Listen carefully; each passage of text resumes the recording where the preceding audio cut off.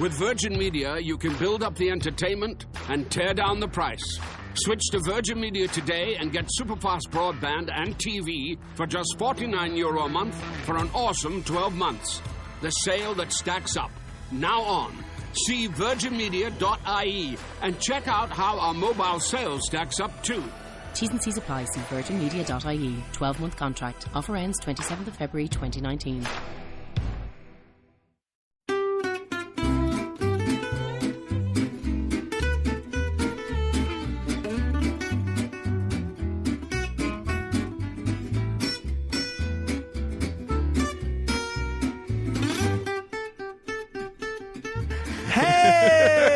Everybody. Wow. Hi, guys.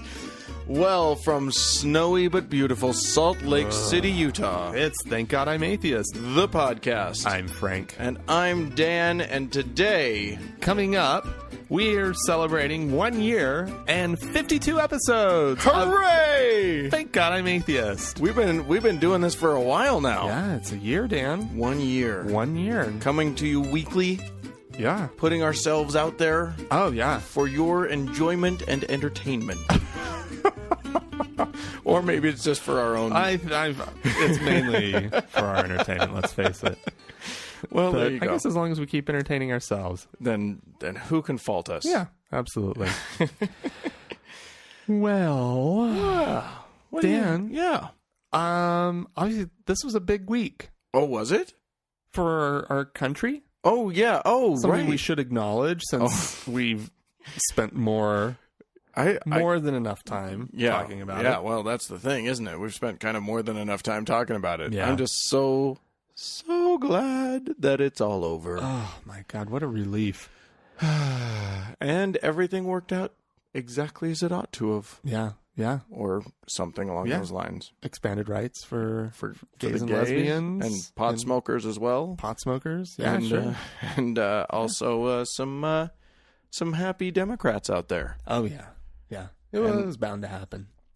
You know what? I don't know if this isn't the case, but I feel almost like I'm more happy about having had the opportunity to watch the Fox News crowd wrap their heads around their guy losing.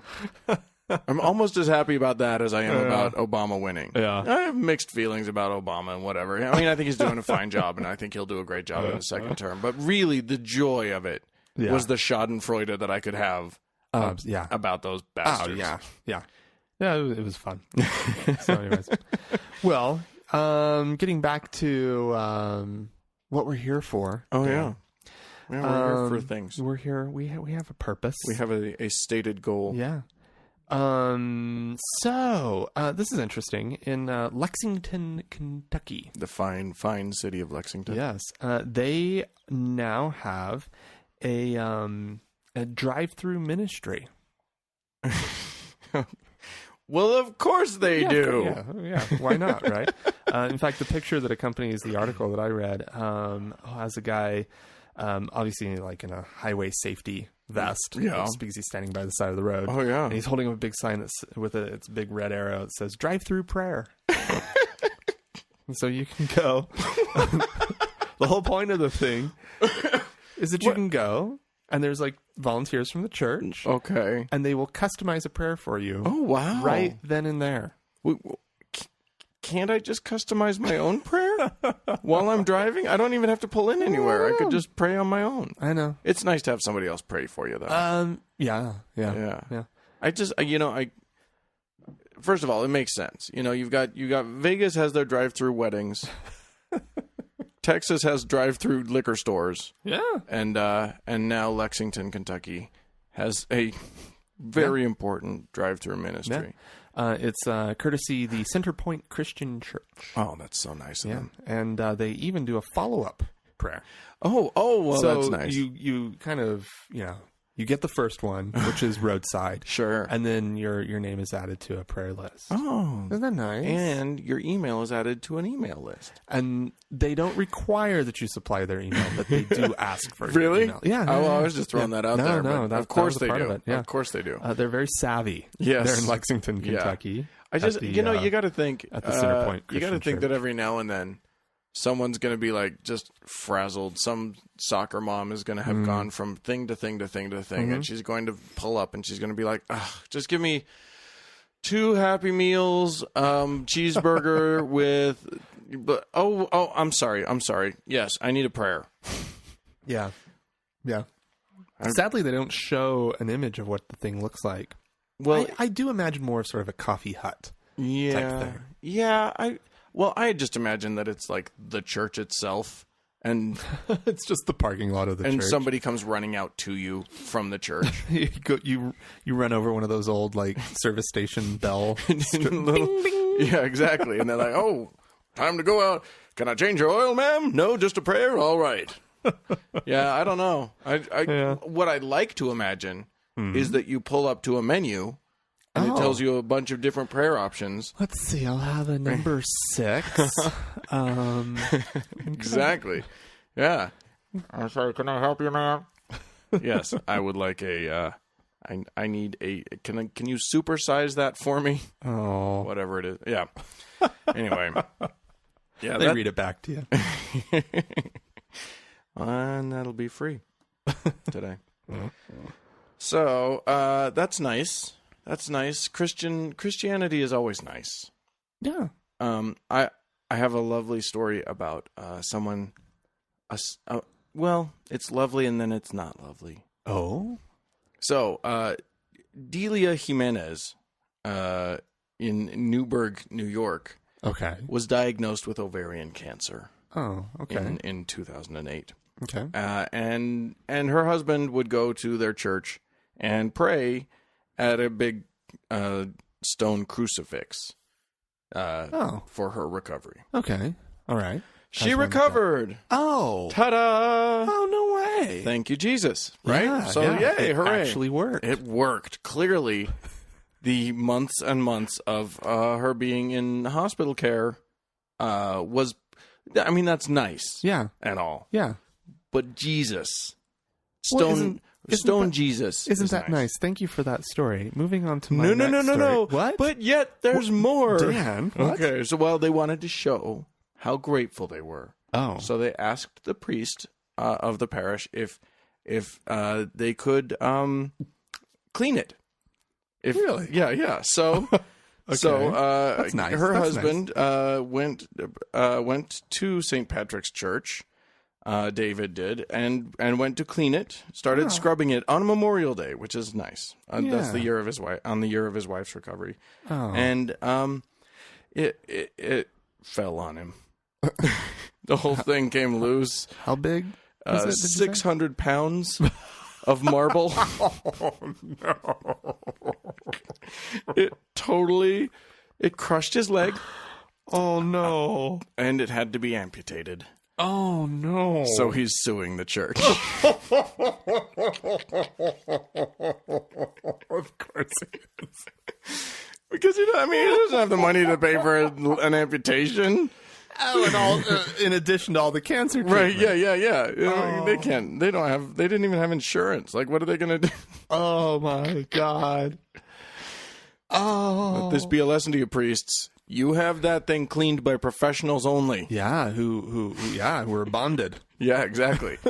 It's their liability now. It's theirs. Oh my gosh. Oh, that's a non-licensed worker. Frankly, the logical conclusion here is if Jesus saved his wife and crushed him, you got to take your lumps. Yeah. Jesus had a reason for that. Yeah. It's like some O. Henry tale or something. She cut off her hair and he gave her a hairpin. Oh no. The Lord giveth and the Lord taketh away.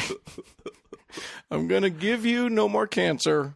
But I need your life. I'm going to have to take... He's kind of like the mafia. I'm going to...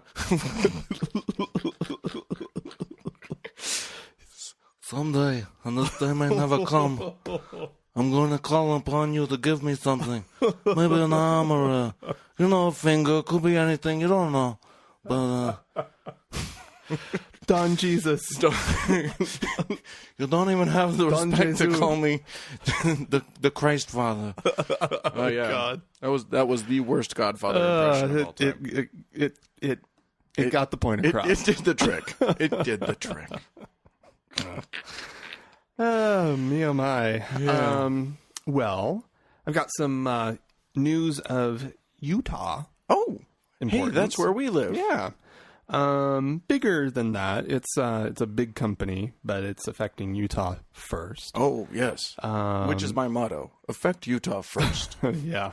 Well, I don't know if this is the kind of thing we're looking for. Do you remember a few years ago there was that mine collapse? Yeah, the coal mine disaster. Yeah, coal mine disaster down in southern Utah around Price, I Killed think. a bunch of dudes. Yeah, pretty bad. Yeah, not fun. That was one of Bob Murray's He's the owner? mines. Yeah. Okay. Yeah. The name of the company is I can't remember the name of the company. Murray Energy Corp. And it's based out of Ohio. Okay. And anyways, Bob Murray, he's come back to Utah news. Okay. He in response to Obama's win, he is laying off 102 Utah miners. Okay, so I have to explain something here, which is not that I'm laughing at the sacking of miners. I don't like it when people lay miners off. What I'm laughing at is bullshit. It's because of Obama. Well, he's blaming the president's, quote, war on coal. Right. And that's what forced his hand. So anyways, so this sounds like right now that this is just strictly sort of a political thing. And we said, we're not going to do political, whatever.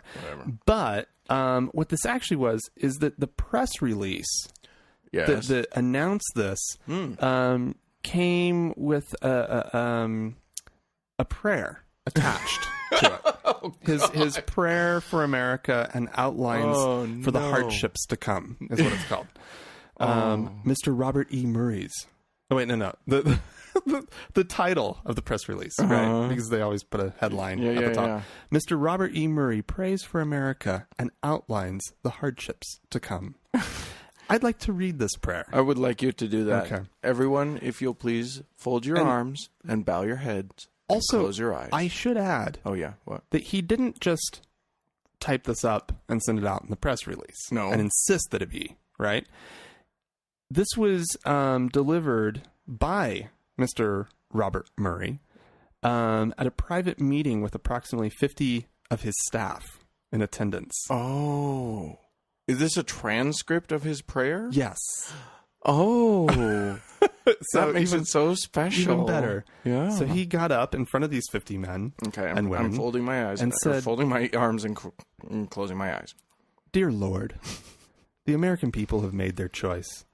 They have decided that America must change its course away from the principles of our founders and away from the idea of individual freedom and individual responsibility, away from capitalism, economic responsibility, and personal acceptance, whatever that means. We are a country in favor of redistribution, national weakness, and reduced standard of living and lower levels of personal freedom. My regret, Lord, is that our young people, including those in my own family, will never know what America was like or might have been. They will pay the price in their reduced standard of living, and most especially reduced freedom. The takers outvoted the producers. In response to this, I have turned to my Bible, and in 2 Peter chapter 1, blah blah blah. No reason to read it. I don't know what he meant by this. Why he picked that verse? Just give him the chapter and verse so that they can look it up so if they want 2 to. Peter chapter 1 verses 4 through 9, and I'll just give you a taste of what it is. To faith we are to add goodness, to goodness knowledge, to knowledge self-control, to self-control perseverance. I'm just going to read the rest. To perseverance godliness, to godliness kindness, and to brotherly kindness love. And to love conservatism. And pink slips. And pink slips. And then He asks forgiveness. Lord, please forgive me and anyone with me in Murray Energy Corporation for the decisions that we are now forced to make to preserve the very existence of any of the enterprises that you have helped us build. We ask for your guidance in this drastic time with the drastic decisions that will be made to have any hope of our survival as an American business enterprise. Oh, my God. Amen. Amen. What a fucking weasel. Yeah. You know what this is? This is just, I'm too big a pussy to take my lumps for firing people. Yeah. No, absolutely. You can't, it's just, I just don't want to deal with it, so I'm going to make it about God. It's God. It's God. How can you question me? The coal market is suffering in a free market. Right. Because natural gas is doing well. Right. And because of alternative energy. Right. That's doing well. Coal isn't doing well in a free market. This is not Obama rigging it against coal. Although he does have a war against coal. Well, it's not like unless you actually look at the numbers. I think he's actually not done anything to slow coal mining at all. No. He's actually opened it up a little bit, I think. Yeah. Yeah. It's absurd. It's just don't quote me on that. I haven't really. I'm going off of a vague memory of an NPR story that I heard. Nonetheless, you're absolutely right that he is a conservative, religious douche who's looking for someone to pit it on. Yeah. He doesn't want to take responsibility for having to make a business decision. It's Obama's fault, and God wants it that way. Yeah. So who's going to question me? Yeah. Yeah. Something tells me there are a couple of miners out there who might have a different take on the situation, but maybe not. Well, apparently, I mean, this is not a big community down there. 102 jobs lost. It's going to be a big deal. So, well, yeah, that's a problem. It's in those communities. Oh yeah, coal mining is all they've got. Yeah, that's gonna. Well, we're gonna have people moving. Yeah, come up to Salt Lake. Yeah, we'll take care of you somehow. I don't know. Not with a mining job. No, you can become a barista. Yeah, enjoy your new life. In one of our many. I'll take a latte, please. I'm sorry about you losing your mining job. Can I please get a 12-ounce Americano? Yes. Anyway. Oh. Well, from Utah, I'm going to whip us halfway around the world to Egypt. Ooh, wow. Okay. Where the Copts, you know the Copts? The Copts, yeah. They are the Egyptian Christians. Yes. A tiny minority in Egyptian culture. Yes. Tiny, cute, little, adorable minority with little beardy guys as their leaders. Oh. One of whom is Pope Tawadros II. Tawadros. I thought they were okay. Pope. They've got a pope. Apparently, they've got a Coptic pope. Wow. Okay. Yeah. Anyway, Pope Tawadros, he's the new pope, and he has something to say about how, because you know that Egypt has been under a lot of newness in its stuff going on. Yeah. It's got that whole Arab Spring thing happening. So they got rid of Hosni Mubarak. Oh, hey, look at you. Hosni. Yeah. That's not really a name. Anyway. I can't imagine calling a child Hosni. Yeah, exactly. Hey, Hosni, come in for dinner. Anyway. So Hosni, he's out, and now they're trying to cobble together what it's going to be. What's the new government? And they're looking to do one of them constitutions. Oh. You know them things? Sure, yeah. They can help. They can get in the way. But yeah. The one that the kind of thing that we're turning our backs on as a country. Yeah. By electing by a majority a president. Yes, that. Yeah. That's the thing. Yep. Anyway, he has what he has to say. His input in terms of what the Constitution should be is that he opposes a religious constitution. He opposes one. Yeah, he kind of doesn't want that. You think? Strange, right? What possible reason would this man have to oppose? He's a religious man. He's a holy man. You would think. Yeah. Oh, except that he's in the minority religion. Oh. Yeah. That ends up being a little bit different. That's a little dicey. Oh, wait a second. So it's his belief that a secular system might actually protect his rights as a minority and his groups as a minority? It would seem so. Interesting. How strange. Because what's funny is that when you're in the majority in a country, like say, I don't know, maybe in the U.S., the Christians, suddenly it seems like a great idea to have a religious constitution. Right. Everybody's talking about how, the church leaders, they didn't mean for there to be a wall of separation between church and state. Oh, no. And we're losing, they're taking God out of our government and blah, blah, blah. Yeah. Yeah, well, maybe if they were in the minority, they'd feel slightly different. Oh. That's all we're saying. That's all. I just wanted to bring that up because, it's nice.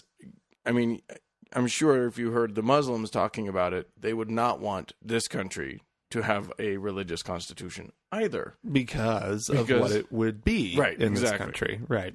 But yeah, you turn the tables and that's what happened. Yeah. Interesting how that happens. Mm-hmm. How that works. Yeah.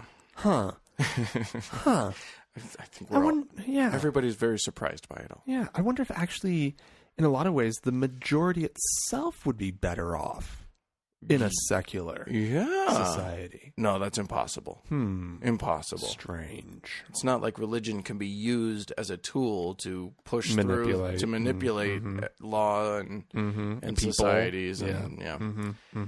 Well, when you're on the outside looking in, it's all so easy to see. Yeah. Anyway. Well, spinning around the globe one more time. Ooh, yay. We're heading to Tibet. Ooh. This time. That's a fancy place. Yeah. It's a disturbing topic, and I think we've talked about it once. Okay. Which is the self-immolations of the Tibetan monks. Yeah, you might want to explain that word. Setting themselves on fire. Yeah. It's the word that's being used as sort of the nice way of saying set yourself on fire. Because set yourself on fire it takes up a lot more space in the headline. I think is the whole deal. My word count is being blown straight to hell here. Let me look up a different word for fire. Oh, immolation, self-immolation. Perfect. We'll use hyphenated. That. Yeah, but that's fine. Takes up less space. Oh my god. Anyways, yeah. So, what this is all coming from is that since March 2011, there have been 68 monks, nuns, and others who have, which sums up everyone. It could be anyone. But at all, 68 people have set themselves on fire. Jesus in Christ. Tibet, in protest of the Chinese occupation of the country. That's terrifying. Mm-hmm. Like that sounds like, oh God, that sounds awful. Mm-hmm. And B, can't be that effective, can it? Well, here's the deal. Like, do the Chinese really care that much about people setting themselves on fire? I think the Chinese establishment is concerned about it. It's bad publicity. It's bad publicity. Right. But I think the issue is that it is getting coverage and more attention from international folks. Right. Like ourselves. We're talking about Tibet. Yeah. And China being there when the Tibetans don't want them there. Right. And the fact that they took them over in the late 50s. It's a tough one. It's horrifying. Yeah. It's a horrifying thing to think about.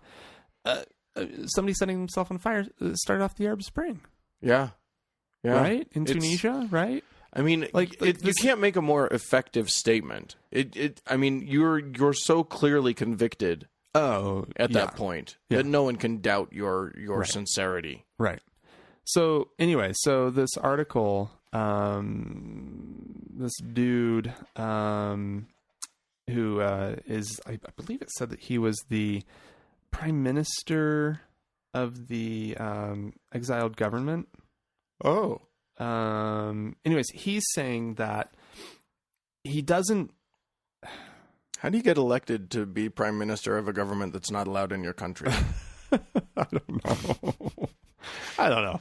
Anyways, There's like 17 guys out there, and they all just take turns being prime minister or ministers. yeah. Anyway, sorry. I don't know. Sorry, go on. I don't know how it works. I'm derailing. Yes, but anyways, he's saying that it's the quote sacred duty of the exiled community to support the actions. Oh, wow. Even though he highly discourages it. That's... But when it happens, they have to stand behind it, is what he's saying. That is a nuanced approach Yeah. to this problem. That's amazing. Wow. You know, I get it. Yeah. I mean, it's... Oh, man. How do you wrap your head around that? I don't know. I mean, is this... Do we tie this to the Buddhist religion? Well, I think it's inseparable. They're talking about the return of a theocracy. That's what they want. They want the Dalai Lama to return. Right. And be the head of the state. Be the head of the state. Yeah. And he seems like a good enough guy, but I mean... Right. I mean... But seriously... And I have fewer beefs with Buddhism than I have with a lot of things. Right. It's non-dogmatic for one thing, and that's nice. Here's the deal. I think that... Or somewhat non-dogmatic. What's important is the self-determination of a people. Right. Right. Yeah. And I don't know what their policies toward pluralism were prior to the Dalai Lama leaving and the Chinese coming in. I don't know. I support a free Tibet. Yeah, absolutely. Because I don't like the idea of, China. No, I don't like the idea of this country. You can't just walk in and say, "This is my country." Yeah, and they've done everything they can to sort of break up Tibetan culture and to, I did see a story related to your self-immolation story, which was that I saw a thing, and I don't know where it is. I just skimmed over it, but it said that the Chinese government was paying people not to set themselves on fire. Well, that seems like an easy buck. Yeah. You threatened to... that's just funding monasteries right there. Wow, yeah. Yeah, I don't know. The whole thing makes me crazy. I don't even know how to respond to it, frankly. Like, the whole thing is just so potently frightening. But moving, too. I mean, you believe in your cause. Mm-hmm. And apparently you don't have anything grander to live for, so you weigh those two things. I don't know. I mean, it's their life; they're allowed to take it. I'm very pro the right to commit suicide.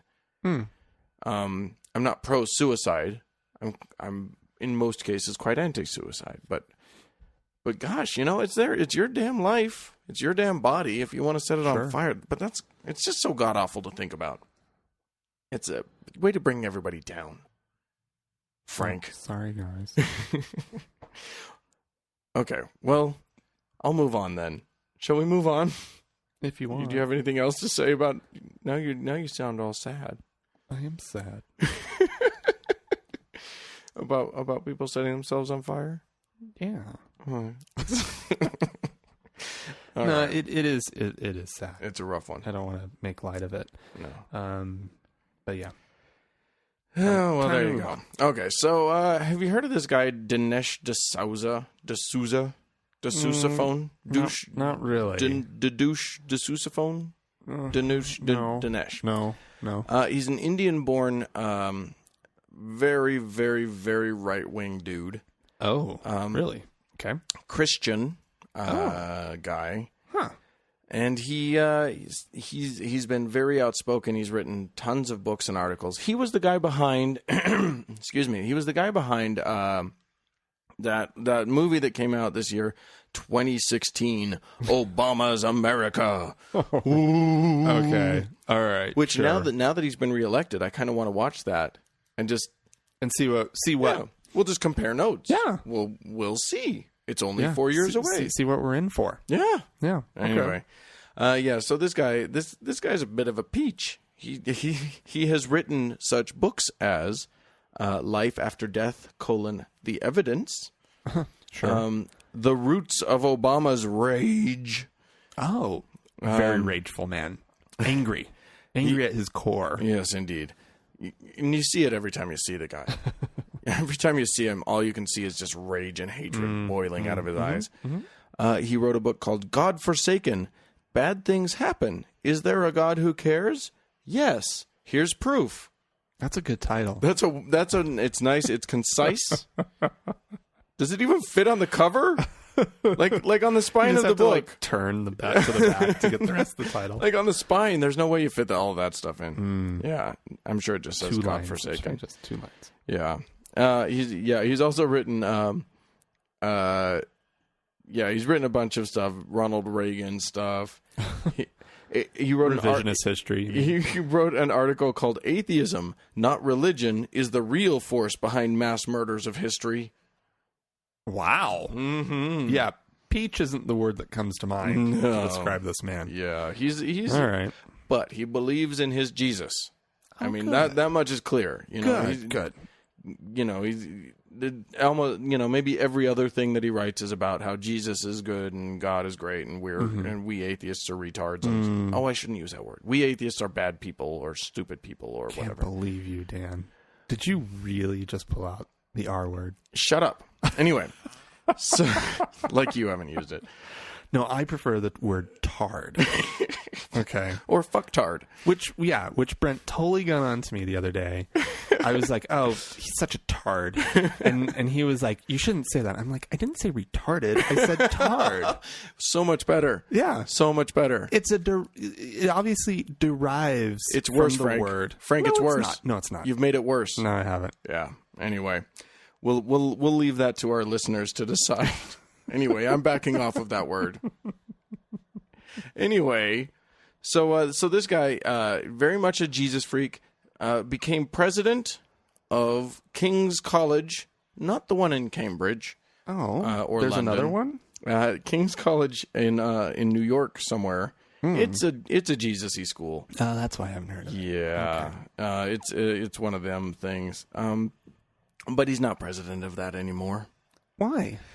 Is that what this is about? Yeah, Okay. he resigned because he went off and fucked somebody that wasn't his wife. Of course he did. Yeah, a little bit of a scandal. So this doesn't discount any of the good things that he's written. Oh, yeah. You can't. That would be an ad hominem attack. It would be to say that all the bullshit that he's written. It already was bullshit. Is tainted. It was bullshit, right? All on its own. This more just confirms that it is bullshit than can be used as an argument to support the idea that it's bullshit. Right. Okay, sure. Yeah, that. he's such a douchebag. How do you get caught doing that? When you're that guy. It's not like we don't see examples of this level of hypocrisy all the time. Yeah. But when you're that guy, really? You're going to get caught like cheating? They really? are the ones who get caught. Yeah. Well, especially Atreus. you know what it is? It's once you get big enough, once you get famous enough. Yeah. You suddenly think you're impenetrable. Yeah. And then, and then you penetrate. You penetrate something and then suddenly everybody's upset. Oh no. Yeah. Terrible. Just awful. Just awful, Dan. It's shameful. Well, I love a good scandal. Yeah. It's good religious scandal. Yeah, a little bit of fun. We get to poke fun at the hypocrites sometimes. Yeah, That's nice. Yeah. There you go. Well, all right. Well, if you'd like to poke some fun at the hypocrites or join us Ye in that, listeners out there. please go to facebook.com/TGIAtheist. Like us. Yeah. Comment. Participate. Yeah, we got people talking back and forth to each other and all of that stuff happens. You can post whatever you want. It's awesome. It's cool. Every now and then we post something fun. Yeah. It's a good time. Yeah. So do that, or you can email us at podcast@thankgodimatheist.com. Or you can leave us a voicemail at 424-666-8442. Right. And don't forget that you can also support us. Yes. You can, this... we do the same plea every time. We should come up with a different plea. Yeah. But the fact is, it costs us money to do this. Yeah. We could use some help. Yeah. You can go onto our website, thankgodimatheist.com, and you can click on support, and there are two ways you can do it. You can make a one-time donation, or you can subscribe monthly, and we are so very appreciative when you do. Very, very, very thankful. So, well, all right. Should we go to a quick break? Yeah. All right. So what we're going to be listening to is one woman's response to Obama being reelected, and this officially closes our election coverage for TGIA. All of the fucking bastards who have said over all of these years that Obama has to go, yet I can make 15 fucking posts on Facebook and not fucking one of you will share it with people who don't want to see it because you don't want to offend somebody. Well, how do you like it tonight? How do you like the fact that Obama won the fucking election? Is that settling well with you? It's not settling well with me. I have busted my ass.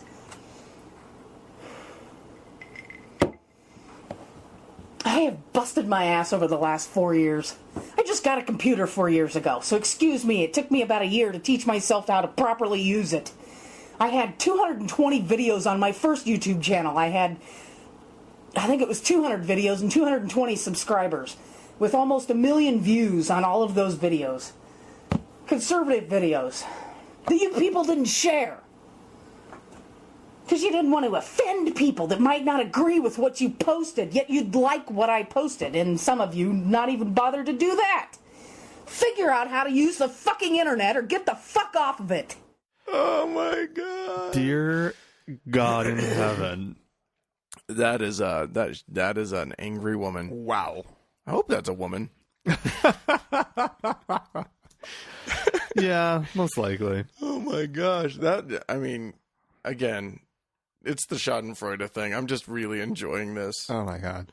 It's not even like, when I have a reasonable conversation with a reasonable friend who happens to be conservative, there's no Schadenfreude involved. It's like, oh, your guy lost, and but let's find points of common cause and let's move forward. Yeah. Not with people like this.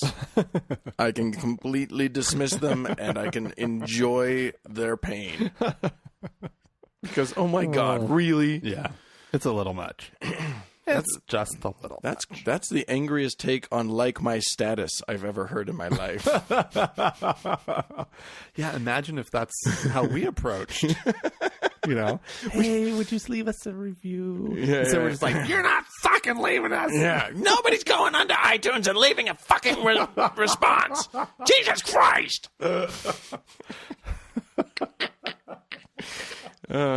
You can do that, by the way, everybody. Yeah. You can go onto iTunes and give us a nice review. Yeah. That's the thing. Anyway, happy birthday to us. Happy birthday. Wait, we need to stop right now or we'll be in danger of copyright infringement. Oh, shit. You're right. ASCAP will kill us. Happy birthday, Children dear. Happiness to you all year. If I had a wish that it would be a happy, happy birthday to you and me. To you from me. Yes. Yay! It's our birthday. Yay. That's so. And by the way, that was the appropriate birthday song because that's the Mormon children's birthday song. Yay. Which it's probably also copyrighted. right. Yes, we've definitely infringed on something. But I would claim fair use. Okay. On that one. Good luck. No, I think it was just fair don't. use. Yeah. Okay. We'll call it fair use here, and then nobody tell the Mormons that we did it. Anyway, Dan, we have a voicemail. Oh, we have a voicemail. Yes. I jumped the gun on our birthday celebration. Yeah. Okay. Just a little bit. But you know what? It's so great to have a voicemail on our birthday. On our anniversary. Yeah. That is is a so gift. great. This is a gift. It is a gift from Thane. From Thane. Should we just listen to it? Yeah, let's do that. All right. Hello, Dan and Frank. This is Thane, a recently new listener to your podcast and a great admirer of your work. I have a question for you. Ross, an old roommate of mine and fellow ex-Mormon, recently confided in me that he too no longer believed in God and emailed me the following question. Thane, as refreshing as you and I have felt gaining our new perspective, have you noticed a longing at all for a link to something divine? I mean, I am totally happy with family, with love, with faith in myself, my abilities, and reality. That said, there is something that I miss about believing. Have you ever felt that way? I don't mean believing in any one orthodoxy, just a hope that the universe means something rather than just is something. What do you think? Thanks, Ross. Well, I gave him my opinion, which he appreciated, but I felt like it didn't fully connect with him. He told me that he felt that his other ex-Mormon friends would just give unhelpful responses such as, you'll get over it, or that he was just not ready yet. So do you have any advice for my friend Ross? I'll take your responses off the air. Thanks again. Bye. It's a really good question. It's a great question, and it's one that's really rough for a lot of people. Yeah. I think, I'll be honest, I think it was less rough for me. I don't think I had that issue. Well, you were a little bit younger, too. I was younger, and once I was ready to let go, I let go. I let the fuck go and didn't need anything else. Well, and I mean, I guess I know how your parents were, are, and, whatever, more recently in your life. But, were they accepting? They were very accepting. This was never a problem in our family. So you had a space. I did have a space, and right. I had a lot of but the other thing is that I was incredibly pious for a while there. It wasn't my parents that were the problem, it was me.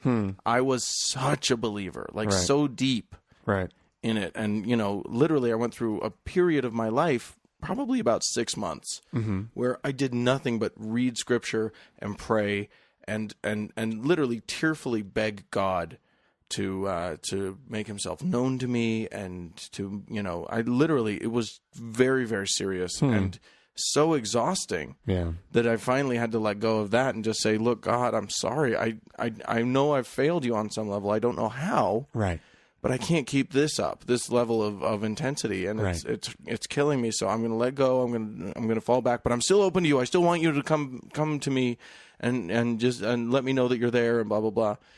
And as soon as I took a breath, I was like, oh, I can question things. Yeah. And anyway. So, but for Thane's friend, we're talking about the desire for something to be meaningful.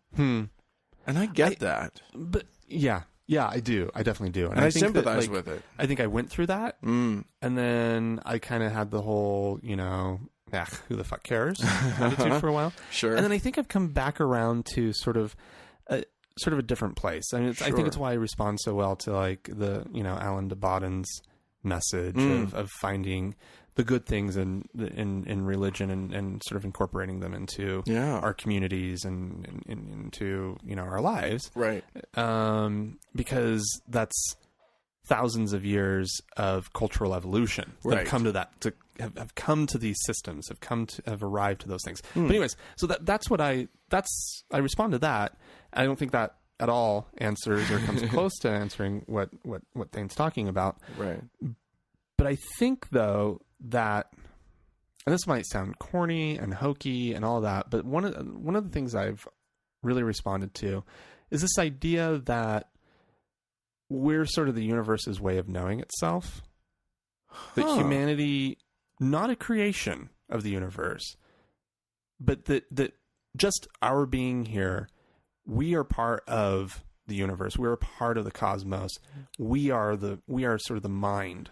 That humanity is the mind of the cosmos. Sure. Or one of. Right. Hopefully we're not the only one.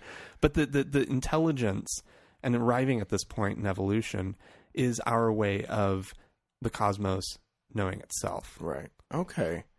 I don't know that I can go down that road with you. Yeah. It's a little touchy-feely. It's a little woo-woo. Yeah, it is a little woo-woo. But I'm not going to criticize it. I mean, because you're not saying that there's there's no mind behind it. You're not making a claim of the existence of something that you have no evidence for. So what it is it's twisting this idea of there being an intelligence out there, right? That's so important, that's so critical to the universe, right? And instead saying, no, there's an intelligence that happened, and and it's our intelligence, and our intelligence gets to know the universe. Right. Yeah, you know, and being in awe of the universe, right, and in awe of the amazing happenstance that got us to this point. To this point, yeah. Now the awe thing, I think, is where we need to land. I think that for me, that's because the truth of the matter is, from my perspective, I have no reason to believe that there is anything, supernatural around us. I don't have any reason to believe that there's not something that we can't see or whatever. There's of course there's lots that we can't see or perceive. Sure. But I'm not going to start believing in anything without any reason to believe in it, Right. It's Bertrand Russell's teapot around and orbiting. Anyway, the idea to me is you have to make peace with the fact that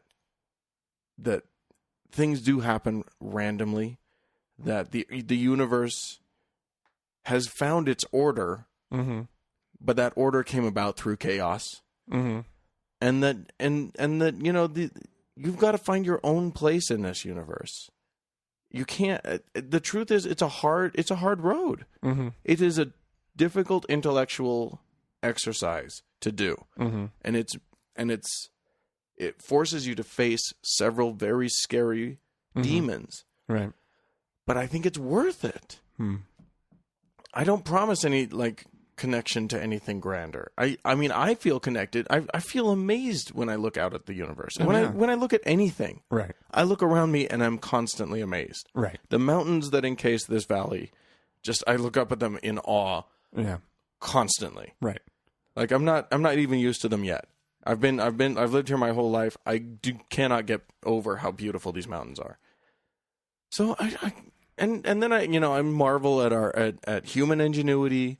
I marvel at all of this stuff, but I can't promise anything. I don't have a lot of comfort to offer, except to say, well, there's no comfort. Well, there is comfort, and my comfort comes from this. My comfort comes from here.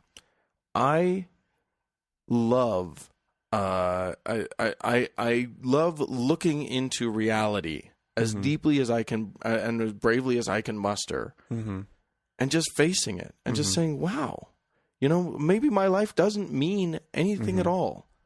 In the course of 1,000 years, no one's probably going to be saying my name again. Most definitely not.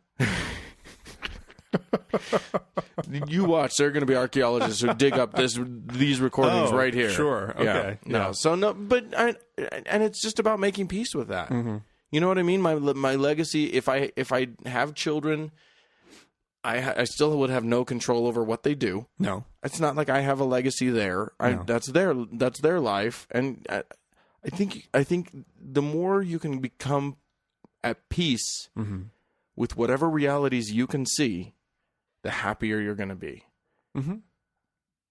But it's a tough road to hoe. Yeah, we're picking the hard road. Yeah, the easy road is to believe in something. Well, and what I think you do have to accept is that. That you were, sold a bill of goods as a kid. Yeah, you were kind of duped, you treated like a sucker. Yeah, we all were. Yeah. Those of us that grew up in a religion, we were told that, I hate the atheists who are like, oh, the Easter Bunny and Santa Claus, but it's the same thing, right? When you're a little kid, when you find out that Santa Claus isn't real. It can be devastating. It can be devastating. It wasn't for me because my mom didn't believe in lying to me. Yeah, well. She's one of those. Yeah. But I couldn't play with guns either, with toy guns. Not sure I see the connection, but okay. She's just crazy. She's that mom. She's that mom. Okay. Yeah, we were all, you go through a process of being disillusioned, and there's a mourning for that. Something was you've got lost. A whole mindset that you have to let go of, but something beautiful can take its place. Yeah, but you have to supply that beauty. Yeah, nobody's going to be able to step in and provide you with your meaning. What it is. You could lose yourself in literature. You could lose yourself in the arts in general. You can lose yourself in nature. You can lose yourself in an accounting job if you want to. Like, it marvels doesn't... of numbers and spreadsheets. Absolutely. Like, it doesn't matter, but meaning isn't universal. No. I think that this is absolutely key. You have to find your meaning. Mm-hmm. I can't say, what makes me tick, Mm-hmm. what gives me meaning, what gives me drive in this life has nothing to do with you, Frank, or with my wife, or with anybody else. It is my own thing. Wow. Yeah. I'm Damn. saying it. I'm putting it out there. Wow. So go out and find you Yeah. in this universe. Yeah, that might actually be it right there. Is finding yourself. Yeah. The self that you can be comfortable with. Because ultimately that's what religion helps you to do, is to avoid yourself. Right. Is to avoid that identity. Bury yourself in the collective mind. Mm-hmm. Yeah. So go out there and find you and celebrate you. Hmm. I know I do. I celebrate me and you and all of these people. Oh, all these good listeners of ours. Aren't you nice? It does sound a little cheeseball, doesn't it, when I say it that way? Yeah. But it's I'm true. going to have to kind of distance myself from that. I know you distance yourself from my whole cosmos thing. Fine. So I'm distancing a little. All right. That's that fine. made me a little uncomfortable. That's fine. Actually. I'll let you be uncomfortable. I still love everybody. Anyway, how are we celebrating our birthday, Frank? We thought that we could do some clips. We have a little clip show. A little best of? A little best of. A little best of the TGIA atheist? Yeah, so everybody just kick back. We have some of our favorite clips. Right. I put a call. Now I should say I put a call out on the Facebook page for other people's favorites, and I hope that you guys will go and look those up and appreciate them. And if you guys have some favorite moments and you want to share them, you can email them to us or you can put them on the Facebook. Yeah, just say what it is on the Facebook. Yeah, that'd be awesome. And we love to hear that stuff. The 4 clips that we found. Yes. They're the ones that tickled us the most. Yeah. Maybe we'll do if we get enough response, we'll do a user's favorites of specific moments. Yeah. Because a lot of people are like, I love it when Right. X happens, but that's not a specific moment. Right.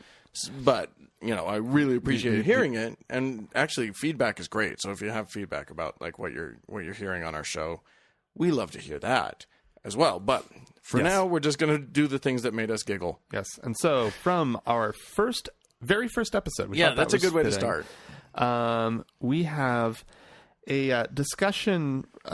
We were talking about the hijab. Yeah, we were talking about the head and the headgear, compulsory wearing of clothing. Of clothing. Yeah, when women or when people are mandated by their religion or by their government to wear a certain article of clothing. And this is where we went with that. Right, yeah. And it's like a 10-year or an 8-year term for each hat, and then there's an election for the new hat. And then there's a and then like some absolutely absurd. Some rogue country will like come out and they'll be like, we're doing shoes. Screw the hat. We don't do the hat. We do shoes. Those decadent Americans with their hat. They waltz in defiantly into the UN with shoes, with orange shoe with green stripe. Yes, that's what we do. I love the idea of campaigning for a hat. For a hat campaigning. Right, yeah. Is it the manufacturer of the hat? It's the designer of the hat. It's the designer of the hat who yeah. campaigns on behalf of their hat. Right. Mondo from Project Runway, season whatever, has a very plausible American hat design. What is it? I'm you're theorizing. You're theorizing. I thought he had a hat no. that was the obvious choice. I'm saying he's running his hat for National Hat. I love it. Is he ready for a national campaign, though? I don't think so. Mondo? And here's a real problem, is that he's using some of his Mexican influence, and I think that's going to hurt him. Yeah. He's tying it illegal back. aliens should not be pushing their hats on the rest of us. Well, they shouldn't even be allowed to have our hat. No. They're illegal. They need to wear the Mexican hat. They can wear a knockoff. No. Absolutely not. No. And if we buy it in Tijuana, if we catch them wearing our hat, we will force them to put on their hat. They need a Mexican hat. Well, they have a Mexican hat. I'm pretty sure there's already a national Mexican hat, Dan. All right. Yeah. that first episode. Yeah, we got some crazy. shtick out. Yeah. all the way back on number 1. Yeah. Little shtick. Oh, yeah. You could see where we were going. We were so cute back then. It was adorable. We were trying. We were working at it. Yeah. Oh. Yeah. It's kind of fun because the quality of the recording is a little rough. Yeah. Oh, yeah. Yeah. Well, I was listening to it because we're going back through some stuff, and I was like, oh, wow, we really hadn't hit our stride yet. No. Yeah. Kind of weird. Kind of crazy. But fun. Yeah. Yeah. Still fun. Well, what's next, Dan? I don't know. The next thing is a lovely little clip. Because what we were talking about, we were looking at a one of those crazy websites, Christian conservative crazy website that had like 4 billion links on the page, I think. And we had just been talking about something very, very serious and heavy and blah blah blah. And I just decided to go against to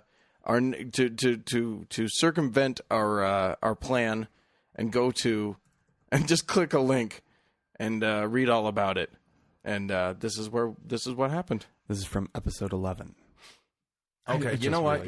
Here's what I'm going to do. I'm going to click on a link from JesusIsSavior.com. You're straying from our plan. I know, because that was such a downer that I want you to know. A man named David J. Stewart wants to reclaim the rainbow for God, because the gays have because taken it was a promise. given Yeah, to Noah. the gays took it. They took it. They run the red bone. It was so pretty before, and now it means sex in the bumhole. They ruined everything.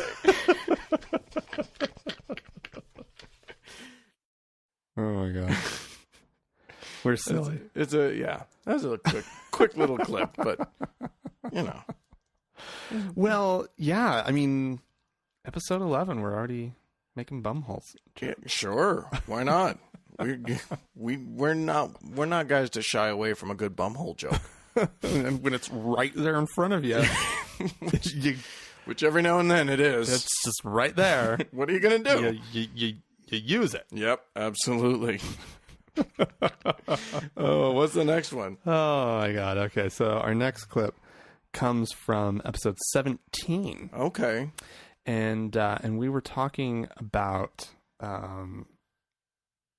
wait a second. No, not episode 17. The next one comes from episode 5. And we were talking about a study that had been done to see who was more trustworthy. Oh, yes, that's right. Rapists or atheists? Right, but it was somehow it was related to teachers. So it was like who's more trustworthy? Is it like it was like who's going to steal your wallet? A wallet's been stolen. Right. Is it a teacher, a rapist teacher, or an atheist teacher? Or something like it was like crazy. Yeah, that's it was what it a was. ridiculous that's exactly question. what it was. And so here we are responding to it. Who knows who these people really are? Rapist teacher. Why is there a rapist teacher? Oh, I hate rapist teachers. We had a rapist teacher at my high school. It was bad. What did you But get his on your class rape was final? very interesting. Yeah, exactly. I hate my rape class. It's the worst class. He's so boring. Really? Who do you have for rape? Got Mr. Johnson for rape. Oh, no, you needed to take rape from Mr. somebody. Anyway. Smith. Mr. Smith is the best rape teacher. Oh, my gosh. Who do you have for rape? Who do you have for rape? Yeah. That's it. Yeah. It's still an absurd methodology. Oh, absolutely. I mean, the more I think about that, it's just I've had plenty of time now to think about that. It's like we trust our teachers. Who do we trust in our society, and how can we ruin that? What was equally absurd is that the results were that atheist teachers were equally non-trustworthy to rapist teachers. Right. And did we ever hit the point that a rapist teacher is also just called a molester? Right, exactly. Right. You know, I think at one point rapist teacher, like the phrasing of it is just so bizarre. Right, yeah. Well, it may not be a molester. He or she may not be raping their students. That's true. It could be raping on the side as a hobby. Hobby rapist. Outside of school. Outside of their career. Yeah, I mean, you don't want to, You're not a career rapist. No. That's just for fun. Holy shit, we just made more rape jokes. Wow. Rape is a good topic for jokes. Wow, Dan. apparently we're just plumbing the depths. We should be going back to this gold mine all the time. Rape is easy for... Whenever we're kind of... Whenever we feel ourselves not lagging. A good response. Oh my gosh, we're not being very funny. Quick, bring up rape. Quick, dive into rape. It's our ejector seat, our humor ejector. Anyway. No, I mean, it just goes to show it's good material. No, not rape. This study, it just gets you going. Yeah. You can't. God. You can't not laugh at that study. You could be very upset about it. Yeah, but you could be. But that's not what we do. No, that's kind of not our gig. Not at all what we do. Not our thing. All right, and then our final clip comes from episode 17. This is the one from episode 17. This is we were talking about Black History Month at BYU. Oh my god! Which of course is like an almost completely white campus. And it's just like you have to understand. I'm going to repaint this picture. Okay, sure. Because BYU, which our friend Frank here, I went to for 3 semesters. Yeah, this is it's owned by the Mormon Church, and it's in Provo, Utah. Oh dear God! Demographically, you stand a better chance of bumping into an alien than you do to bump into a black guy. Not Dan. You are exaggerating. That may be a minor exaggeration. Yeah. But it is so white there. It is, and the other thing that you need to understand about BYU students is that they are. I wouldn't call them racist in general. No. I would call them absolutely race clueless. Yeah, well, because they're not just arriving to BYU and all of a sudden finding themselves only surrounded by white people. These are people who grew up in very, very, very white communities. And so with no exposure to black people, yet a desire to celebrate Black History Month. So what does that look like? Yeah. The reporter obviously was on campus at BYU and says nearby in the Wilkinson Center, which is kind of a student union. Yeah, it's a student union. Students attended a 70s dance in honor of Black History Month. They dressed in funky outfits and listened to a DJ playing Brick House under a slideshow featuring a dunking Dr. J, the cast of Different Strokes, and a box of Count Chocula cereal. Oh my god!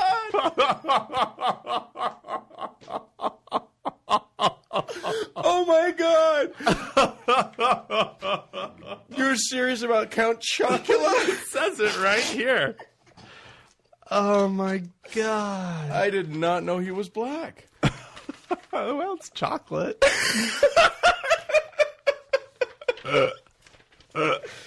Oh my god. That is oh dear.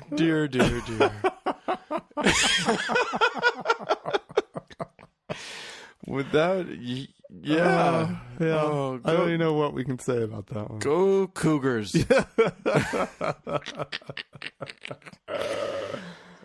It makes me want to go to every function they have at BYU. Oh, yeah. No. I suffered through more than enough to ever feel the need to go back. You should take Brent there. Just go to a dance as each other's date. Oh, sure. We won't be out of place at all. No. Oh, well, happy birthday, everybody. We're glad you listened to us. Yeah. Hopefully this next year will be even funnier. Well, we can hope. Yeah. And we don't have that damned election to distract us anymore. Yeah, exactly. So, we can move on. Yes. We can move on and find other things to distract us.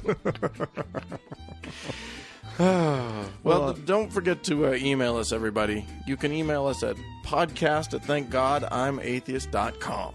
Or you can leave us comments and like us and do all that kind of stuff on Facebook. Facebook.com/TGIAtheist. Yes, or you can you can leave a voicemail for us. Yes. Just like Thane did. Yeah. 424-666-TGIA. That's 424-666-8442. Oh. So, yeah. All right. Well, fun stuff, everybody. Yeah. We're having a good time.